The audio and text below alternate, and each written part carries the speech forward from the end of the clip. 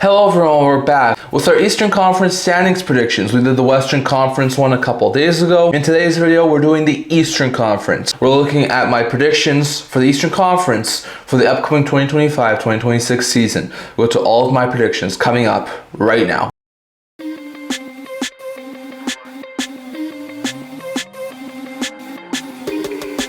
Hello everyone, welcome back to another video here at the End-to-End Hockey channel. Now before we get into this video, don't forget to like this video and subscribe below. Thank you for all of your support. I would never be able to do this without all of you guys. So if you haven't already, don't forget to subscribe button down below. Don't forget to leave a comment. We're on the road to 1,000 subscribers. And don't forget to stay tuned for videos coming out in the very near future. So in today's video, we're looking at the Eastern Conference and I'm giving you my 2025-2026 standings projections. So we already did the one for the Western Conference. If you haven't already, check it out. I highly recommend you do so. You can sort of get a grasp as to how I see the Western Conference going. So today we're looking at the Eastern Conference. We're going to have another one coming out in the very near future talking about the playoffs, my projected playoffs and how they're going to shape up based on these standings. But in today's video, we're looking at the Eastern Conference. So we're going to start once again going 16 through to the top of the NHL, going through each and every team. And I'm going to tell you where I have each team placed. We're going to start with the 16th team in the Eastern Conference via my projections. And that is the Pittsburgh Penguins. I currently have the Pittsburgh Penguins finishing with a record of 32-41-9 for 73 points.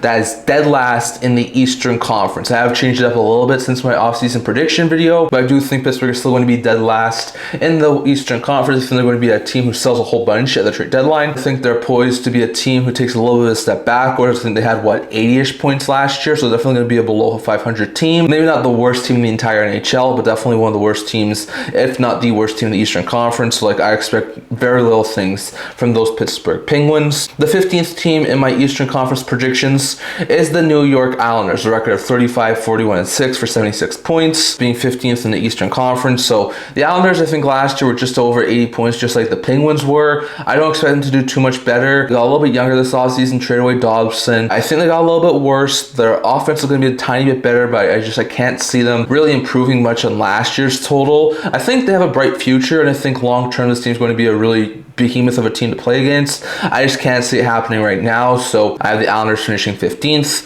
The 14th team in the Eastern Conference in my predictions is the Boston Bruins. I currently have them finishing with a record of 36-13 for 79 points. So it's sort of right around the same point total they had last year. It might have been a tiny bit better. I don't expect them to do too badly. I expect them to finish around the 500 mark, but I can't see Boston being a playoff team. They didn't really get a whole bunch better this offseason. They got a couple of lower end forwards in Chenoy and Arvidsson.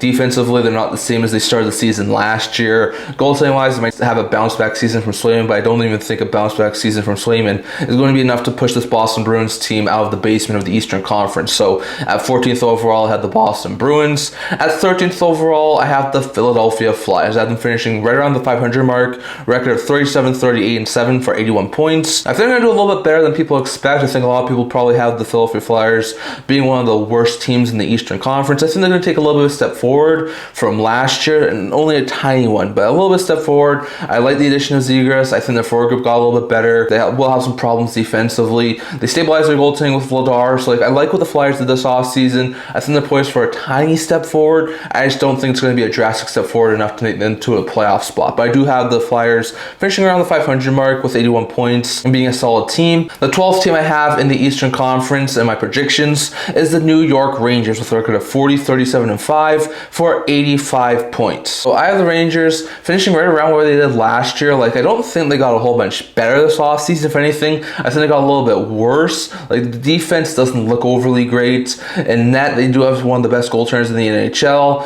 but the forward depth also is not looking overly good. I think because they're the Rangers and they still have some pretty good players on their team, they're going to hang around the playoff race for quite a bit of time. But I think towards the end of the season, they will fall off just like they did this year. And I think the Rangers will be once again finishing a handful of points out of the playoff spot with 85. So that's my predictions for the Rangers. Then I have three teams finishing the season within 5 points of a playoff spot, but just missing out. So at the 11th spot in my current predictions is the Detroit Red Wings, finishing with a record of 41, 35, and 6 for 88 points. So I do have the Red Wings finishing right around where they did last year. Like, same sort of thing with the Rangers. I think they're going to be a team who I could see sneak into a playoff spot if everything goes right for them. I think the goaltending got better with Gibson. It seems like they're sort of turning a corner when it comes to their defense. They have a pretty solid forward group. So, like, I could see Detroit sneak into a wildcard spot, but I just don't think they did enough this offseason to justify making the playoffs. So I think they're going to finish just 4 points out of the playoff spot with 88 points, finish similar numbers to what they had last year, and just, once again, ever so slightly miss out on a playoff spot. The 10th team I have in my predictions for the Eastern Conference is the Washington Capitals, with a record of 43, 2, and 10 for 90 points, finishing just 2 out of a playoff spot. So I think the Caps are bound to take a little bit of a step backwards. Now, once again, just like the Red Wings, I could easily see them sneaking to like a wild card position. I don't think they're good enough to be a team who finishes top 3 in the Metro again this year, or even wins the Metro. But I do think they're a team who could definitely sneak into a playoff spot. But at my current projections, I think there are a whole bunch of teams who got a little bit better than the Eastern Conference, and I think the Caps definitely got a little bit worse, losing a couple of key pieces. So that's why I bumped the Caps out of a playoff spot and down to the 10th spot in the Eastern Conference with 90 points.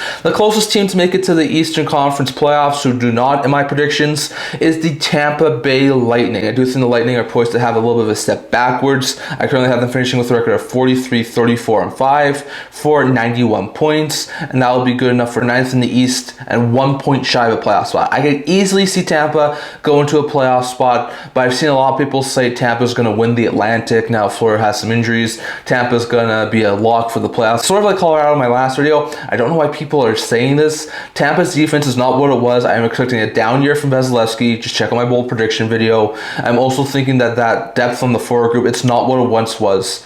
So in my opinion, I do think Tampa will have a good season. I could see them sneak into a playoff spot again, but I am going to have them just ever so slightly miss out on the playoffs. So those are the 8 teams that I have missing on the playoffs in the Eastern Conference. Next, going over to the 8 teams who I have making it. So in the second wildcard position in the Eastern Conference, ending their 14-year playoff drought, is the Buffalo Sabres with a record of 38, 28, and 16 for 92 points because of enough overtime losses and close games. The Buffalo Sabres are going to sneak past teams like Tampa, Washington, and Detroit and make a playoff berth. So I don't think it's going to be pretty, and I could easily see Buffalo slip out of a playoff spot. But I do think Buffalo has what it takes this year to finally end the drought. They have some decent goaltending, even if Ukko-Pekka Luukkonen is injured. They have a really solid defensive core and a really good young up-and-coming forward group. So I think this team has what it takes to be a team who makes it into the postseason. Like I said, I could see a miss, but my current projections, I think they will slightly be able to make it into a playoff berth and thus ending the 14-year playoff drought. The first wildcard team I have in the Eastern Conference, just like last year, is the Ottawa Senators. I have them finishing with a record of 45, 28, and 9 for 99 points. 2 more than last year, still in the first wildcard position. I could maybe see them inch towards like a top 3 spot in the Atlantic Division, but I think it's safe to say that they're probably going to be a playoff team again. I'm not sure if they're going to be a top 3 team in the Atlantic, but they made some tinkering around the edges this year, have a really solid defense. Allmark's going to be back in net,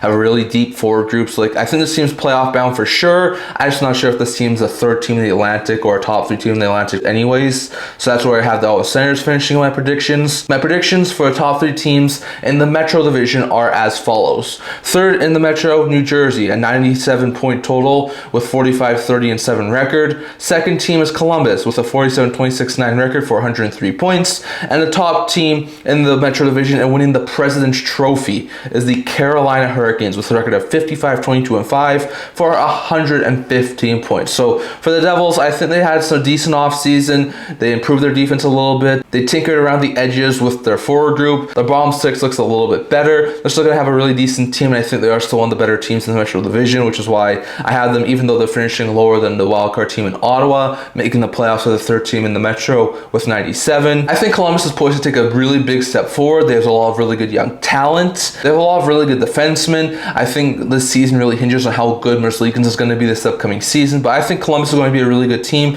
finishing with 47 wins and 103 points, 2nd in the Metro.